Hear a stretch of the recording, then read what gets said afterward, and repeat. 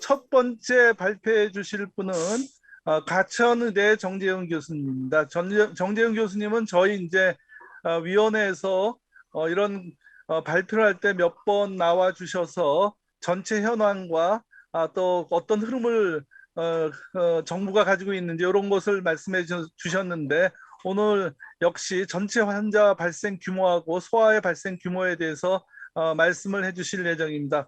부탁드리겠습니다. 네, 소개 감사드립니다. 가천대학교 의과대학 예방학교실의 정재훈입니다. 화면 공유하면서 시작하겠습니다. 네, 오늘 제가 발표드릴 부분은 이제 5세에서 11세에 집중을 해서 이 연령대의 유행 추이가 어떻게 될 것인가, 그리고 전체적인 유행 추이와 접종 시나리오를 반영을 해서 어떤 식으로 정책적인 판단을 내리고 있는지에 대한 전반적인 내용이 되겠습니다. 먼저 발표에 앞서 사전 고지 드리겠습니다. 현재 발표의 결과 중에 유행 예측 모형에 대한 부분이 있고, 그리고 접종의 효과와 피해에 대한 부분들이 있는데, 이 부분은 아직까지 동료 평가를 거치지 않은 상태인 것을 말씀드리겠습니다. 그리고 이 연구 설계들이 적용이 되고 있는데, 특히 모델링 같은 경우에는 방법론적 한계가 있고, 그리고 미래 예측이나 피해에 대한 추산 같은 경우에도 방법론이나 수치가 가지는 한계가 있다는 점을 말씀드리겠습니다. 그리고 유행 예측 모형 같은 경우에는 교토대학교 전홍목 박사, 보스턴대학병원 조영지 박사님의 공헌이 있습니다. 이것은 현재의 유행 곡선입니다. 지금은 유행 예측 모형이 워낙 여러 번 틀리고 있는 상태이고, 정부가 발표한 유행 정점을 계속해서 어긋나고 있는 상황인데요. 저희처럼 이제 유행 예측 모형을 만들고 있는 사람들의 입장에서도 지금 시간은 매우 어려운 시기라고 볼 수 있습니다.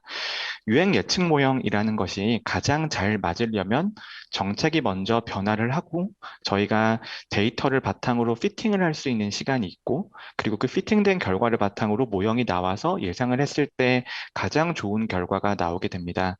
하지만 지금은 정책과 정책 사이의 텀이 매우 짧아져 있기 때문에 중간에 정책 변화와 다음 정책의 변화 사이의 시간이 매우 짧아져 있고, 그리고 저희가 모형을 만들고 돌리는데도 그래도 일주일 정도의 시간이 걸려서 이 정책의 변화를 실시간으로 반영하기가 조금 어려운 상태임을 말씀을 드리겠습니다.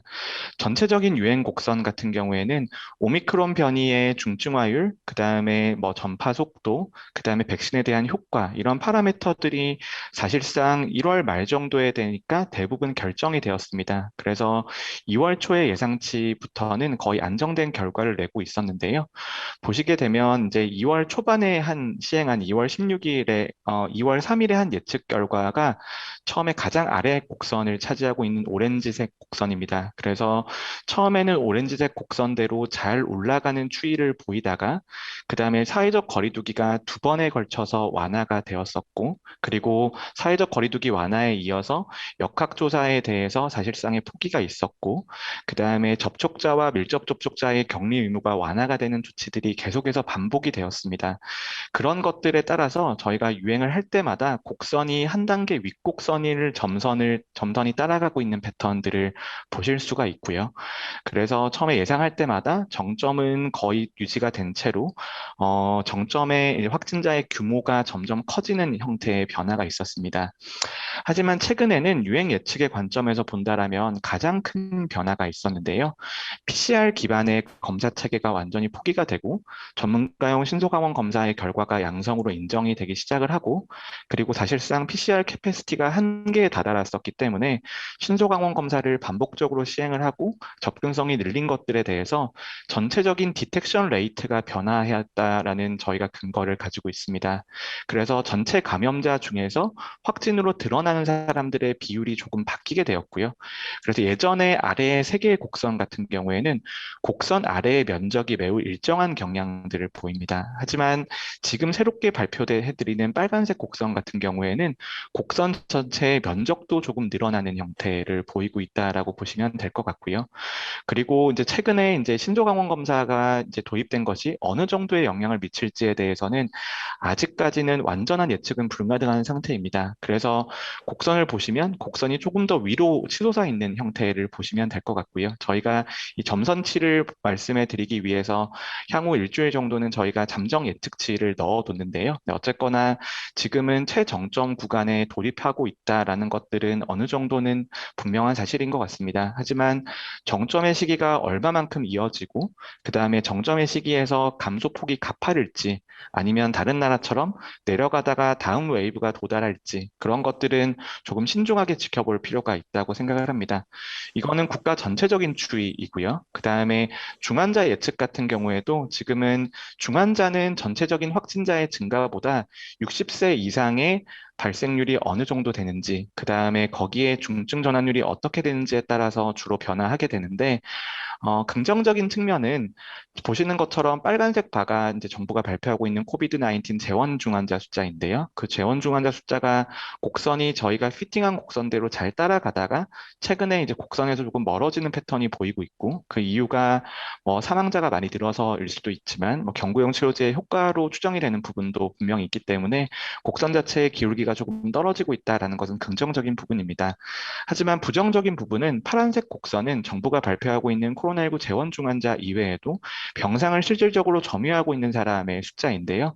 그 숫자가 빨간색 바보다 한 50% 정도 높습니다. 그렇다라고 한다면 지금의 정책적인 변화나 이런 것들이 유행 정점에 도달을 했을 때 중수본이 준비하고 있는 2,800병상 아래로 곡선의 파란색 그 수치가 나타날 수 있을까? 거기에 대해서는 조금 불안감도 현재 있는 상태입니다. 이건 국가 전체적인 추이였고요.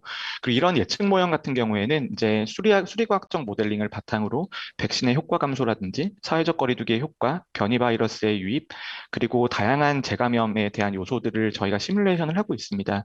하지만 지금 오늘의 주제인 5세에서 11세 아이들에 대해서는 저희가 연령별 컨택 매트릭스를 산출하기가 매우 어려운 문제가 있기 때문에 백신 접종의 효과를 결정하는 과정에서는 반드시 5세에서 11세가 어떤 패턴으로 유행할지를 저희가 확인하는 과정이 필요합니다만 그런 것들을 개별적인 컴파트먼트를 다 짜서 연령별로 접근하기는 조금 어려운 상태이고 그렇다면 러프하게 봤을 때 현재의 감염 추세가 안정된 지점에서 전체 인구에서 몇 퍼센트 정도를 아이들이 차지하게 될 건가 이제 그런 부분에 대한 외삽을 통해서 저희가 유행 예측 모형을 만들어내고 있습니다.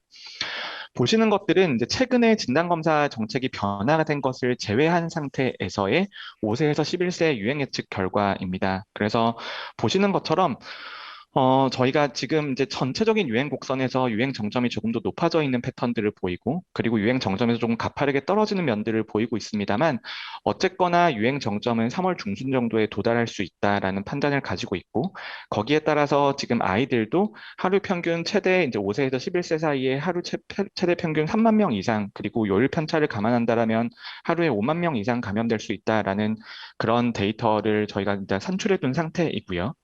근데 이런 유행 예측 곡선이 매우 중요한 이유가 접종에 대한 정책적인 판단을 어떤 식으로 가져갈지에 대한 아웃라인을 제공해 주기 때문입니다. 뒤에 보시는 곡선 같은 경우에는 정부가 접종 시기를 언제로 잡고 접종 주기를 어떻게 잡냐에 따라서 실질적으로 백신 접종의 효과가 발생이 되는 시점을 표시를 한 겁니다.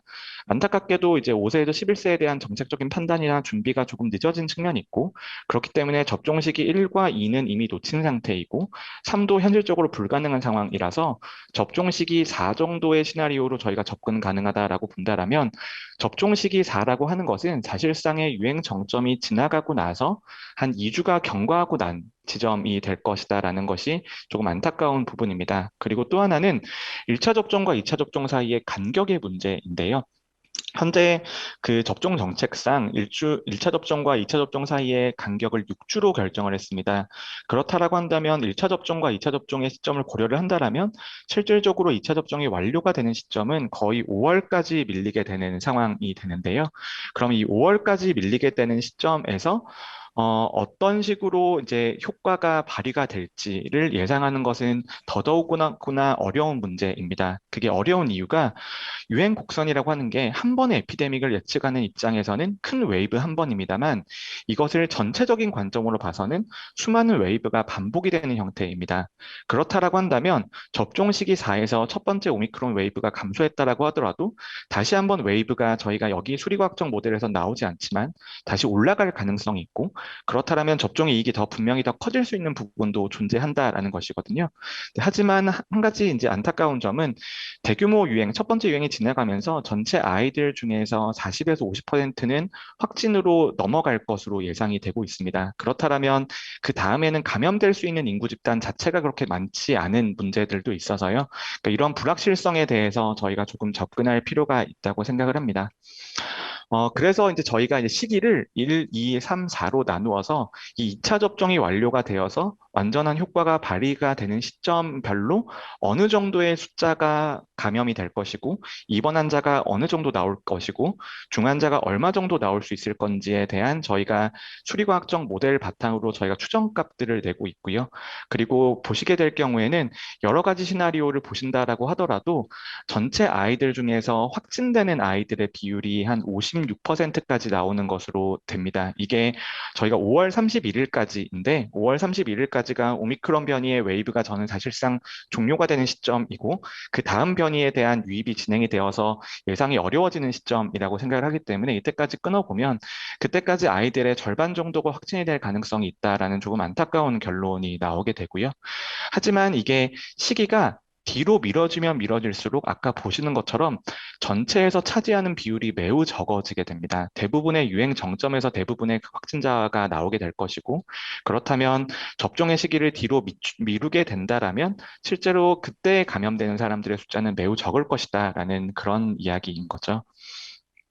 그래서 여기서 이제 이런 입원자를 바탕으로 확진자를 바탕으로 입원 환자와 중증 환자가 어느 정도 나올지에 대한 예상을 해야 되는데요. 여기서는 조금 어려운 부분이 있습니다. 첫 번째는 오미크론 변이의 시비어리티 감소가 있는데요.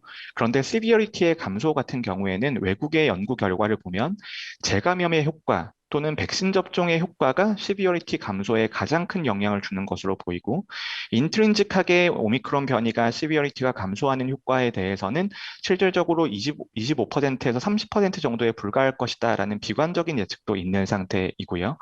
또 하나는 성인에 있어서의 중증화율 감소가 아동에 있어서 동일하게 적용이 될 것인가에 대한 부분도 있습니다. 그래서 이런 불확실성이 매우 크기 때문에 일단 어쨌거나 가장 믿을 만한 자료로 보이는 캐나다에서 전체 확진 환자 중에 0.3%가 입원을 할 것이다. 왜냐하면 그 전까지 우리나라에선 입원 정책이 조금 달랐기 때문에 정확한 에스티메이트를 산출하기는 조금 어려운 상태이고요.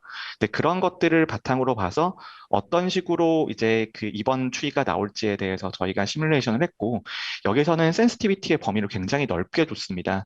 그래서 입원율이 25% 감소되는 것부터 75% 감소되는 것들까지 저희가 지금 적용을 해서 결과를 가지고 왔습니다. 그래서 보면은 이제 전체로 입원하는 아이들이 거의 뭐 한 1,000명에서 3천, 4천 명 정도 될 것이다라는 그런 예상 결과가 현재 나와 있는 상태이고요. 하지만 아까 보여드렸듯이 이게 접종의 시기를 뒤로 미루면 미룰수록 접종으로 보호받을 수 있는 아이들의 숫자가 계속해서 줄어들게 되는 영향이 있습니다. 그리고 중증화율 같은 경우에는 더 예상이 어려운데요. 특히 우리나라 같은 경우에는 이때까지 중증화율이 제대로 측정이 되었던 아이들의 숫자가 매우 적었기 때문에 레인지가 조금 넓은 측면이 있고, 그리고 실제로 중환자의 기준을 어떻게 잡을 것이냐, 이제 그런 차이가 있습니다만, 어쨌거나 이 아이들의 연령에서 시비어리티가 있을 가능성은 전체 시기에서는 30에서 한 90명 정도, 넓게 레인지로 보면 100명 정도까지의 중한 아이가 나올 것으로 예상이 되고 이것도 시기가 뒤로 미뤄지면 미뤄질수록 숫자가 더 이상 증가하진 않는 극심하게 감소하는 그런 경향들을 보이고 있습니다. 또 하나는 지금 이제 백신 접종, 특히 5세에서 11세 백신 접종의 효과에 대해서 조금 부정적인 데이터들이 나오고 있다라는 부분인데요. 저희가 이제 기존에 예측했던 부분, 그리고 특히 추가 접종, 2회 접종을 통해서 12세 이상에서의 얻었던 데이터 대비해서 최근에 리얼월드 데이터로 나오는 것들은 감염 예방 효과가 많이 감소한다라는 결과들도 있고 이 부분에 대해서는 아마 최은하 교수님과 최영준 교수님께서 조금 더 자세하게 설명해 주실 것이라고 생각을 합니다. 그래서 감염 예방 효과가 10%에 불과하다라는 뉴욕 스테이트의 결과도 있기 때문에 그런 결과를 본다라면 실제로 감염 예방의 효과가 그렇게까지 크지 않을 것이다라는 것은 어떻게 보면 조금 자명한 사실인 것 같습니다. 그리고 입원 예방의 효과에 있어서도 보통은 백신 접종의 2회 접종 이후에는 단기간으로 입원이나 중증 예방에 있어서 90%대 효과를 보인다라는 것들이 12세 이상에서는 거의 정설에 가까웠었는데요. 하지만 이제 입원 예방 효과도 아이들에 있어서는 조금 감소하는 것이 아닌가라는 그런 데이터들이 나오고 있어서 그런 센시티비티를 주게 될 경우에는 조금 더 얻을 수 있는 이익이 감소하는 경향들이 있습니다. 그래서 보시게 되면 가장 부정적인 결과로 보게 되면 이제 입원을 뭐 한 30건에서 100건 정도밖에 막을 수 없는 그 정도의 결과이기도 합니다. 그리고 중환자 예방에 있어서도 조금 더 이제 부정적인 영향들이 있는데요. 근데 중환자 예방 효과가 입원 예방 효과 말고 중증 예방 효과에 대해서는 정확하게 저희가 에스티메이트가 나와 있지 않기 때문에 어느 정도 나올지에 대해서는 조금 두고 봐야 될 것 같습니다만 어쨌거나 저희가 가장 뒷시기로 갈 경우에는 실질적으로 중한 아이를 막아내는 효과도 그 이득의 크기가 조금 감소할 수밖에 없는 상황이다. 좀 이렇게 말씀을 드려야 될 것 같습니다. 그리고 아이들에게서 매우 중요한 MIS-C 같은 경우에도 MIS-C 예방을 백신의 어떤 효과에서 유래하는 것으로 봐야 되는지에 대한 역학적인 한계가 있습니다. 감염 때문에 생기는 것이니까 감염 예방 효과를 봐야 되는 것인지 아니면 입원이나 중증 예방 효과에서 인디케이터를 가지고 와야 되는지에 대해서 여러 가지 논란이 있습니다만 어쨌거나 MIS-C 예방에 있어서도 어느 정도의 효과는 있을 것으로 예상을 하고 있습니다만 그 크기가 이제 접종 시기가 뒤로 미뤄지면 미뤄질수록 크지 않다라는 것들이 저희가 가지고 있는 결과라고 생각을 합니다. 그리고 접종의 함에 대해서도 조금 설명을 드리면요. 현재 그 이제 5세에서 11세 사이에서는 미국의 베어스 데이터에서 신근염에 대한 데이터가 유일하게 나와 있는 상태이고 보면은 2회 접종 기준으로 10만 명당 0.275건이 발생하는 것으로 되어 있습니다. 그래서 300명 하나 아이들을 접종을 했을 경우에는 한 8건 정도, 8에서 9건 정도가 발생할 것으로 예상이 되고 그리고 시비어리티를 10% 고려할 경우에는 뭐 한 건 미만 정도가 예상이 되고 있습니다만 이런 그 아이들의 신근염에 대한 자세한 데이터, 그다음에 인종별 차이, 그다음에 발생률이나 치명률에 있어서 여러 가지 결과 같은 것들을 종합적으로 분석할 필요가 있다고 생각을 합니다. 네, 제 발표는 여기까지 마치겠습니다. 감사합니다.